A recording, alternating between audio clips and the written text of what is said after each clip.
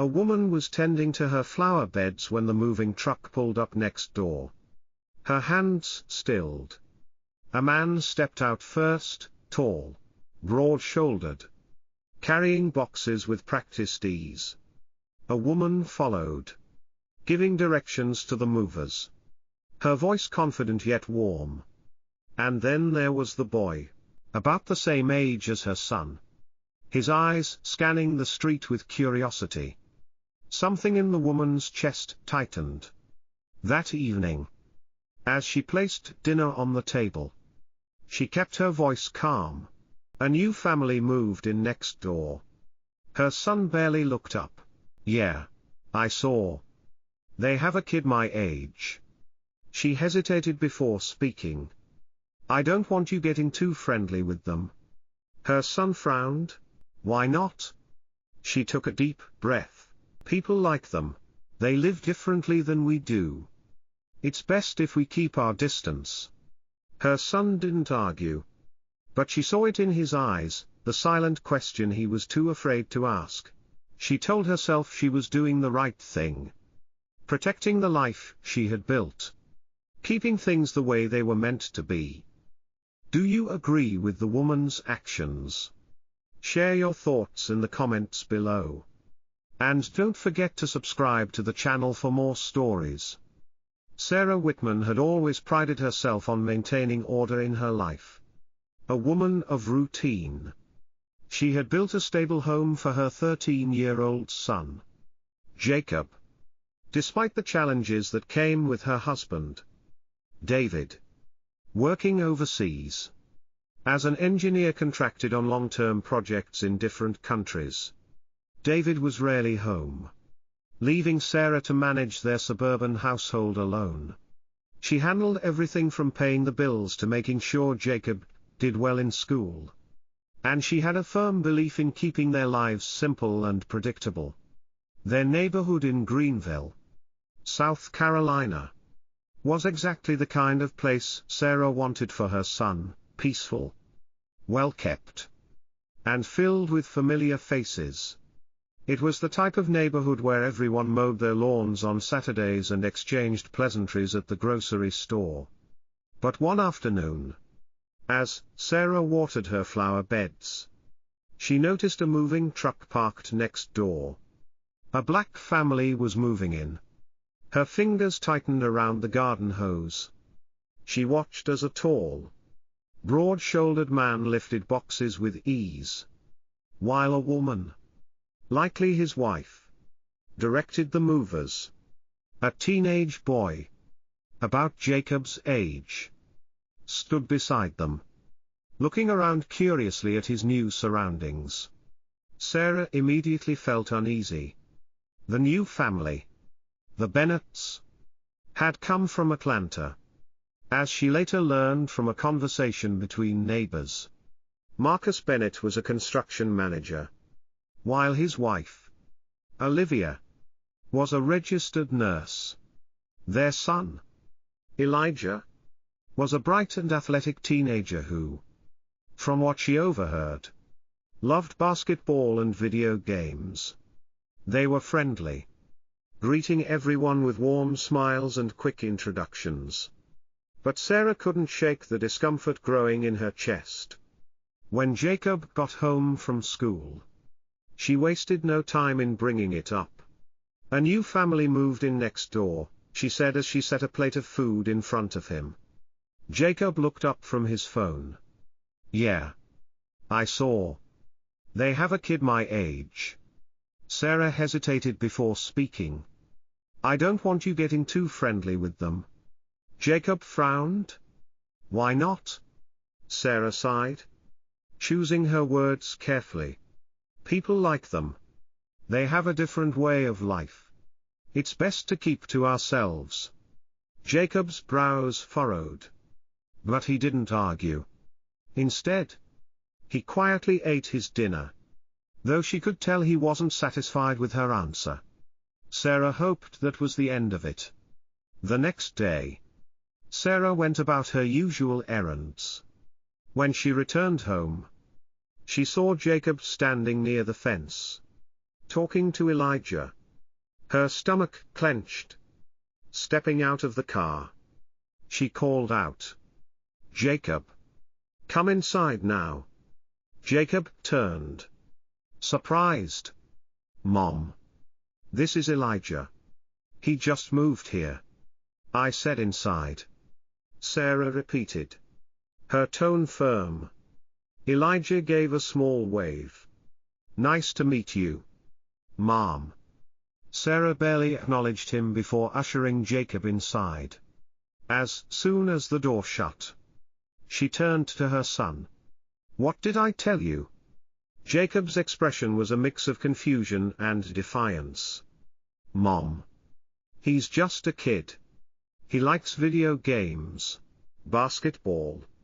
And, I don't care." Sarah interrupted.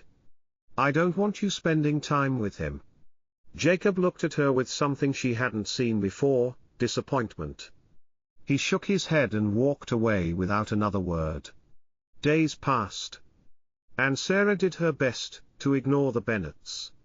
She avoided eye contact, declined Olivia Bennett's offer for coffee, and reminded Jacob repeatedly to stay away.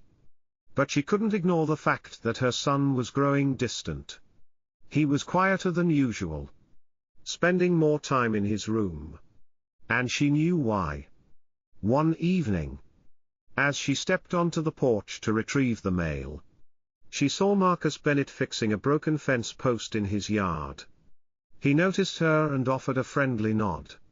"Evening, Ms. Whitman," he said. "If you ever need a hand with anything, let me know." Sarah forced a smile. "Thanks. But we're fine." Marcus didn't seem offended. Just gave a polite nod and continued his work. Sarah turned away quickly, her heart inexplicably uneasy. It was one thing to have silent judgments, but another to be confronted with kindness she wasn't sure how to process. Jacob, however, seemed more determined than ever to befriend Elijah. Despite her warnings, she occasionally caught glimpses of them talking at the bus stop or playing basketball at a nearby park. It irritated her, but she didn't know how to stop it without seeming unreasonable. Sarah told herself that as long as Jacob still respected her rules at home, she wouldn't push further. After all, what harm could a little distance do? She had no idea that soon circumstances would force her to question everything she believed. The tension escalated a week later when Sarah found muddy footprints leading from her yard to the Bennets'. It had rained the previous night, and her grass was soft, making the tracks visible. Her stomach twisted with irritation. Jacob Sarah Whitman was never one to cause a scene, but she believed in maintaining certain boundaries. To her, people should stick to their own kind, live among those who shared the same values and background. The Bennets, as pleasant as they appeared, did not fit into the neighborhood she had known for years. The more she saw them settling in, the more uneasy she felt. One Saturday afternoon, Sarah decided to take Jacob to the local grocery store. She needed a few essentials and thought it would be a good opportunity to have a conversation with her son about following her rules, especially regarding their new neighbors. As they entered the store, she immediately spotted Olivia Bennett and her son, Elijah, in one of the aisles. Olivia smiled politely when she saw them. "Sarah, good to see you," Olivia greeted warmly. "Jacob and Elijah were just talking about basketball the other day. Maybe we can arrange a game for them sometime." Sarah stiffened. "I don't think that's necessary," she replied curtly. "Jacob is very busy with school." Jacob glanced at his mother, looking both embarrassed and frustrated. But he said nothing. Olivia's smile faltered for just a second before she nodded. "Of course. I understand." Sarah gave a quick, tight-lipped smile before turning away. effectively ending the conversation. As they walked away, she could feel Jacob's eyes burning into her. "Why are you like this?" he asked as soon as they were out of earshot. "Like what?" Sarah said, keeping her voice even. "You know what, Mom? That was rude," Sarah sighed. "Jacob, I am only looking out for you. I just don't think we need to get involved with them." Jacob shook his head in frustration. But before he could argue further, they reached the checkout counter.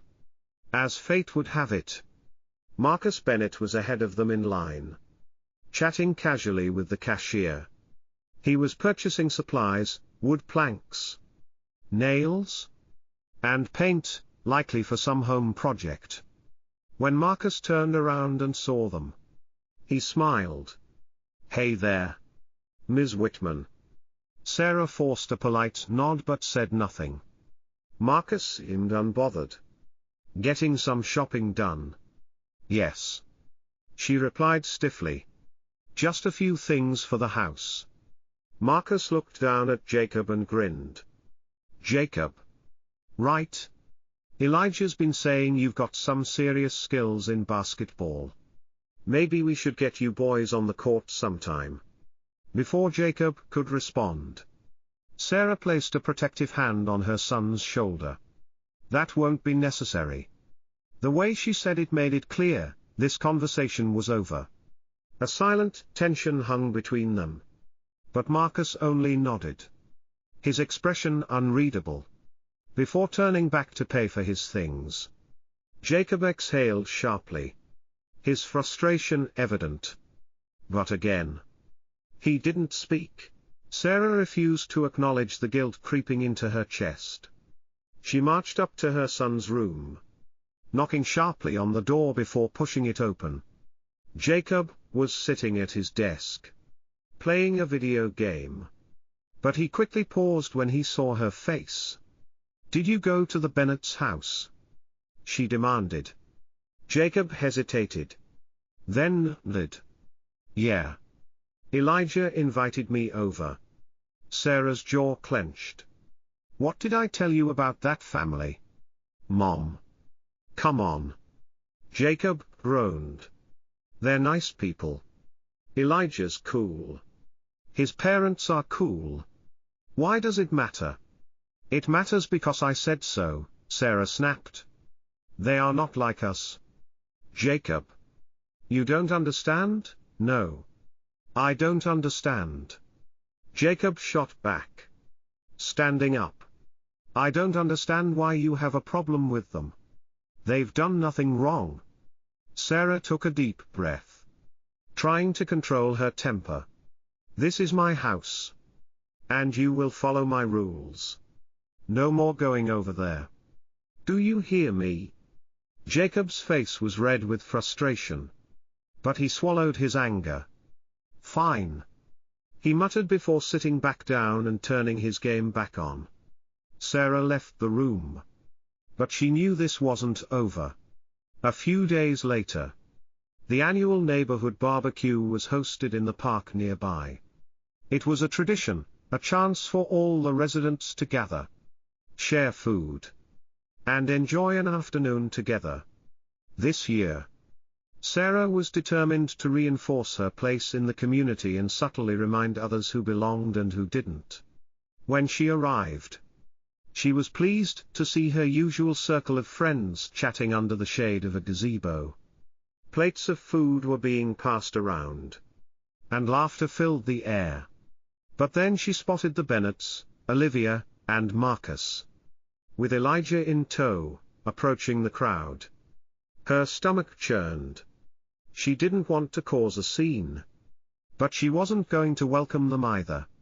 As the Bennetts reached the buffet table, Olivia smiled and greeted one of the hosts warmly. Marcus nodded at a few familiar faces. But there was an undeniable shift in the atmosphere. A few neighbors exchanged glances, and Sarah seized the moment. Loud enough for those around her to hear, she muttered, "Some traditions should be left alone." One of her friends, a woman named Claire, raised an eyebrow. What do you mean? Sarah shrugged, feigning innocence. I just think certain people don't always fit in. That's all. Claire glanced at the Bennets and pursed her lips. She didn't openly agree. But she didn't disagree either. The Bennets clearly sensed the shift. Olivia's smile dimmed. And Marcus's posture stiffened slightly. But instead of reacting, they continued getting their food, choosing to ignore the whispering. Jacob, however, was not so composed. Mom, he hissed, pulling her aside. What are you doing? Nothing. She replied innocently. Don't lie. I heard you, Jacob said, his voice tight with frustration. You're being unfair. They haven't done anything to deserve this. Sarah narrowed her eyes. You need to stop defending them. Jacob took a deep breath. Then did something she didn't expect. He turned and walked straight over to Elijah, grabbing a plate of food and sitting next to him as if nothing had happened. Sarah's face burned with embarrassment. But she refused to move. Let him make his point. He would learn eventually. Or so she thought. She had no idea that soon a storm was coming, one that would test everything she believed in, and shake her world to its core. Sarah Whitman had built her life around stability. She had carefully maintained her home, managed finances while David worked overseas, and raised Jacob with clear expectations. But stability was fragile. And one unexpected moment could send everything crashing down. It started with a phone call. Sarah had just finished preparing dinner when her phone rang.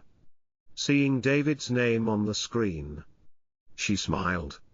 But the moment she heard his voice, her stomach twisted. Sarah, he said, his voice tight. We have a problem. She sat down slowly. What is it? There's been a major issue with the company. The project I was working on overseas, it fell through. Funding was pulled. And my contract is being terminated. The words barely registered at first. What are you saying? I'm saying I lost my job. Sarah. Effective immediately. Her breath caught. But we have savings. Right? We can manage until you find something else. David hesitated. And that hesitation filled her with dread. Sarah. I haven't been able to save as much as I planned. Between the mortgage, Jacob's school expenses, and the cost of living, we were stretched thin. And there's more. She gripped the phone tighter. More. The house. We're behind on payments. A lot more behind than I told you. Her pulse pounded in her ears. How far behind? There's a foreclosure notice. Sarah. I got the email today. If we don't come up with the money, we lose the house. Sarah felt the world tilt. She couldn't breathe. Her beautiful, safe home, everything she had worked so hard to protect, was slipping through her fingers. For the next week, Sarah did everything she could to prevent the inevitable. She called the bank, begged for an extension, looked into emergency loans. But nothing worked. The reality was clear, they were out of time. The final blow came in the form of a letter, stark and official, placed in their mailbox. Foreclosure confirmed. They had 1 month to vacate. Sarah sat at the kitchen table, staring at the paper. The walls around her seemed to close in. The furniture she had carefully chosen, the family photos lining the shelves, it would all be gone. Jacob entered the room and immediately noticed the letter. He read it, then looked at her. Mom. What does this mean? Sarah swallowed hard. It means we have to leave. Jacob. His eyes widened. But where will we go? She had no answer. Desperation clawed at Sarah as she reached for her phone. If there was ever a time to lean on friends, this was it. She called Claire first. "Oh, Sarah. I am so sorry to hear that," Claire said. Her voice filled with artificial sympathy. "I really wish I could help. But with the kids and everything. You understand, right?" Sarah forced a tight smile. "Of course. Claire? I understand." She didn't. Next. She called Linda. A woman she had known for years. Someone she had once considered a close friend. "Oh dear," Linda sighed. "If only you had told me sooner. We just took in my cousin's son for a few months, so we're a bit full. Maybe you could try one of the shelters." Shelters. The word sent a fresh wave of humiliation through Sarah. One by one, she went down the list of names. People she had shared brunches with, attended community events with. And one by one, they all had excuses. "We'd love to help, but our guest room is being remodeled. I wish I could. But with my husband's job situation, we need to cut back. I think my in-laws might be staying with us soon. So there's no space." Sarah wanted to scream. These were people who had smiled at her in church, who had asked her about Jacob's grades, who had stood beside her at school functions. And yet, now, when she needed them the most, they were suddenly nowhere to be found. The final blow came when she called her own sister. "Meredith." "Sarah," Meredith said, her tone hesitant. "I love you. But you know how things are with Tom and me. We just don't have the room. Maybe you can stay with one of your neighbors." Sarah's grip tightened around the phone. "My neighbors?" "Yes," Meredith continued. "Like the new family next door. The Bennetts. Wasn't it?" Sarah almost dropped the phone. Her sister, the same person who had always echoed Sarah's sentiments about certain types of people, was now suggesting she turn to the very people she had spent so much time avoiding. Sarah hung up without replying. As the days passed, reality set in.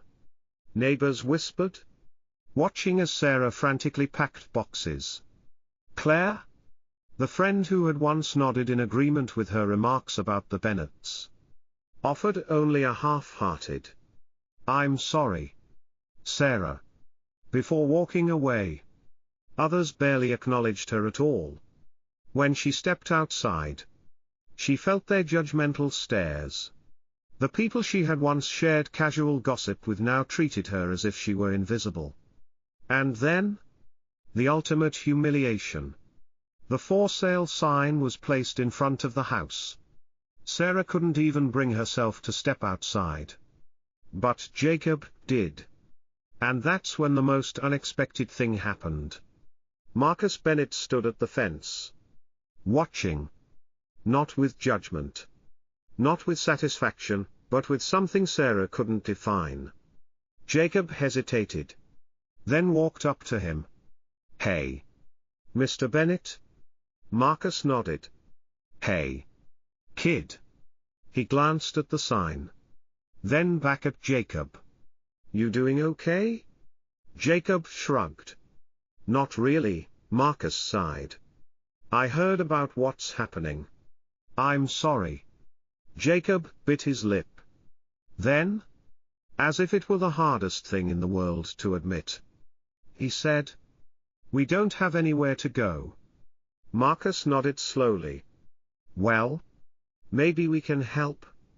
When Jacob told Sarah what had happened, she was livid. But deep down, she knew they had no options left. And so, when Olivia Bennett knocked on their door that evening, Sarah hesitated only for a moment before opening it. For the first time in her life, Sarah Whitman had to admit she had been wrong. The Bennets' home was warm, inviting. The living room was filled with family photos, bookshelves, and a faint scent of cinnamon. Sarah sat stiffly on the couch while Jacob settled in beside Marcus and their son, Elijah, who had quickly taken a liking to him. Sarah Whitman stood in the doorway, staring at Olivia Bennet. The woman who had moved in next door months ago, the woman Sarah had avoided, judged, and resented, was now standing there, offering help. The irony was not lost on her. "We heard about what happened," Olivia said gently. "And we wanted to see if you and Jacob needed anything." Sarah's pride screamed at her to refuse. But her reality was undeniable. She had no home, no support, and no plan. She stole a glance at Jacob, who stood behind her, his face full of quiet hope. Sarah exhaled sharply. The words caught in her throat. "I don't know what to do." Olivia gave her a reassuring smile. "Let's talk inside." Olivia handed Sarah a cup of tea, and sat across from her. "We know this is a difficult time," she said. "But we want you to know that you're not alone. If you need a place to stay, at least until you figure out your next steps, you and Jacob are welcome here." Sarah stared at her, stunned. No hesitation, no judgment, just kindness. Sarah swallowed, still grappling with the idea of accepting help from the very people she had spent so much energy avoiding. "That's incredibly generous of you. But I wouldn't want to impose." Marcus shook his head. "It's not an imposition. It's what neighbors do." Sarah flinched at the word. Neighbors. She had never treated them as such. Olivia must have sensed her hesitation because she leaned forward. "Sarah, I don't know what experiences led you to believe that we're so different. But we're all just people trying to do our best." Sarah looked down at her tea, her fingers tightening around the cup. She wanted to protest, to say that she had never been outright cruel to them. But the truth was, she had. Not with words, but with actions, with avoidance, with assumptions. Jacob shifted beside her. "Mom, maybe we should stay. Just for a little while." Sarah met his eyes and saw something she hadn't seen in weeks: relief. She inhaled deeply and nodded. "Okay." Moving into the Bennets' house was an adjustment. Sarah had spent years priding herself on her independence. And now she had to rely on the generosity of a family she had barely acknowledged before. At first, everything felt awkward.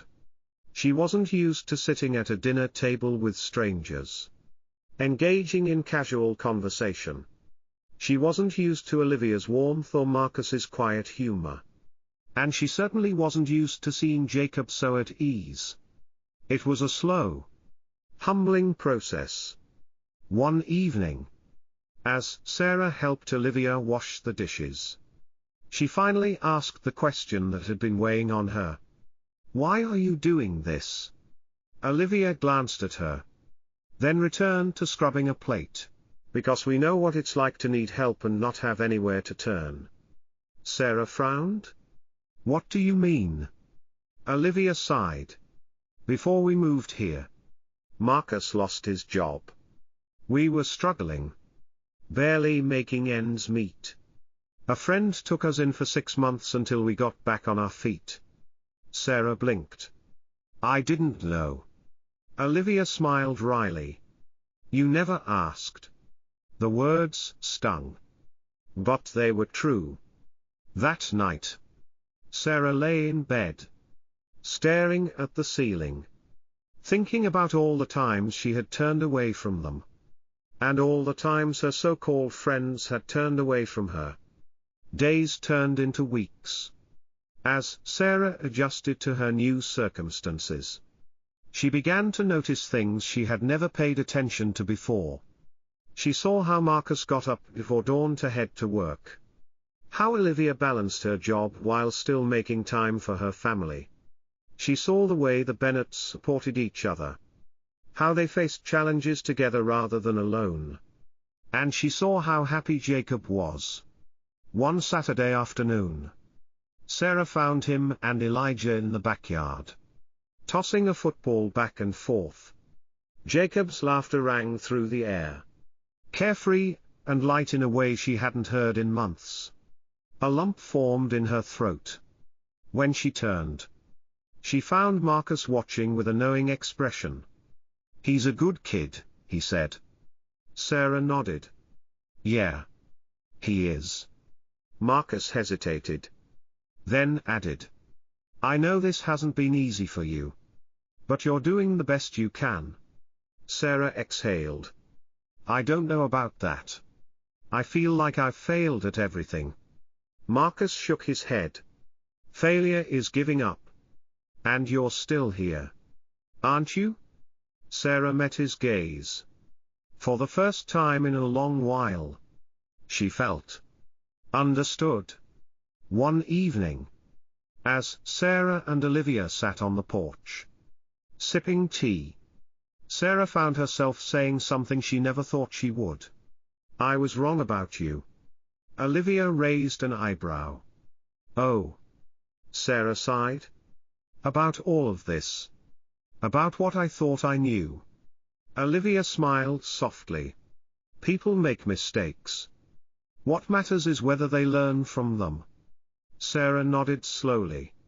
She had spent years living within the walls of her own biases, her own assumptions. And now, those walls were crumbling. She wasn't sure what the future held. But for the first time in a long time, she felt like she wasn't facing it alone. Months passed. And slowly, life started to piece itself back together for Sarah and Jacob. The most significant news came one morning when Sarah received a call from her husband. "Daniel. They reinstated me," he said, his voice filled with relief. "The company worked through the financial issues. And they're bringing me back. I'll be home next month." Sarah nearly dropped the phone. "Daniel. That's incredible." Tears filled her eyes as she processed the weight of his words. After months of uncertainty, they could finally return to a sense of normalcy. That evening, she shared the news with the Bennetts over dinner. Olivia and Marcus congratulated her with warm smiles. And Jacob and Elijah exchanged high fives. Genuinely happy for each other. As grateful as she was, Sarah couldn't ignore the bittersweet feeling growing in her chest. Moving out meant leaving behind the family that had taken them in without hesitation. It meant saying goodbye to the people who had taught her more about kindness and humanity than she had ever known.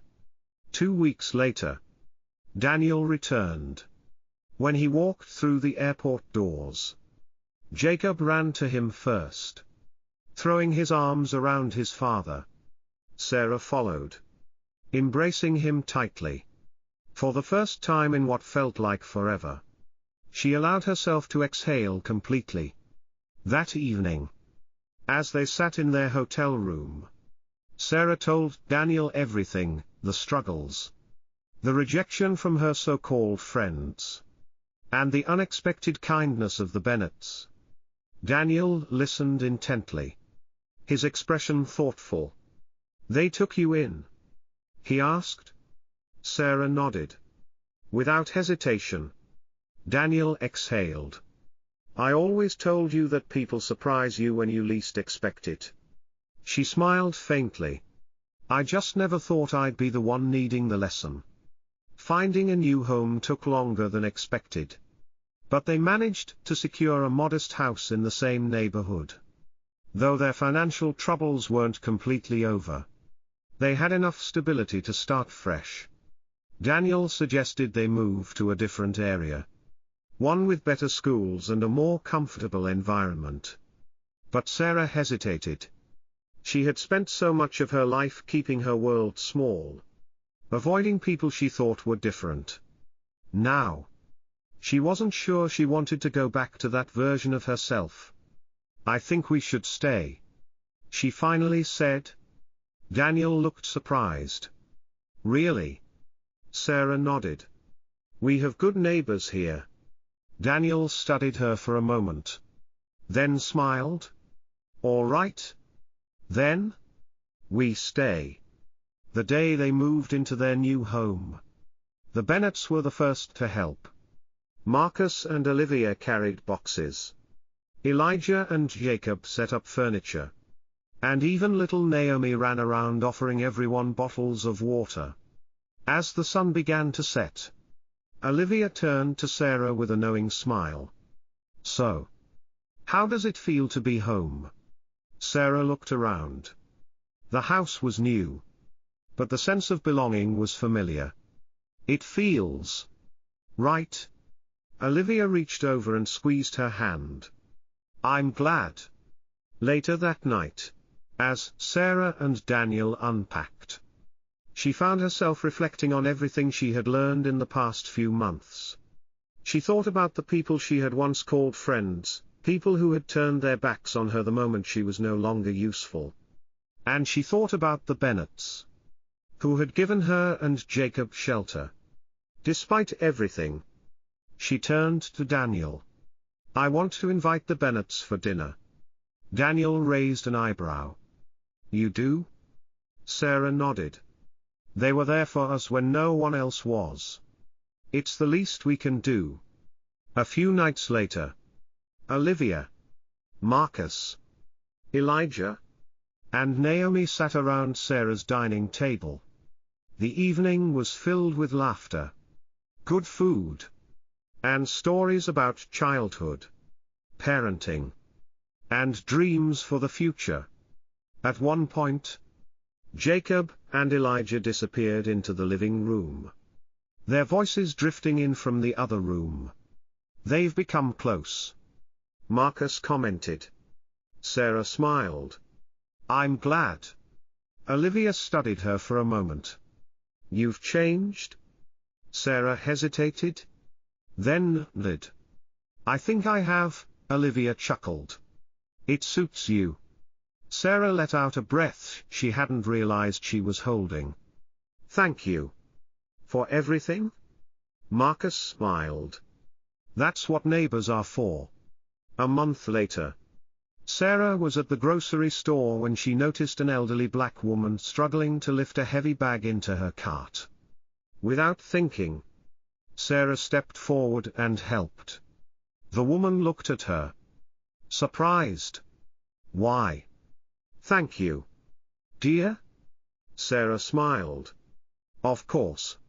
As she left the store, she realized how different that moment would have been a year ago. She would have looked away, convinced it wasn't her problem. But now, she understood that kindness had no boundaries.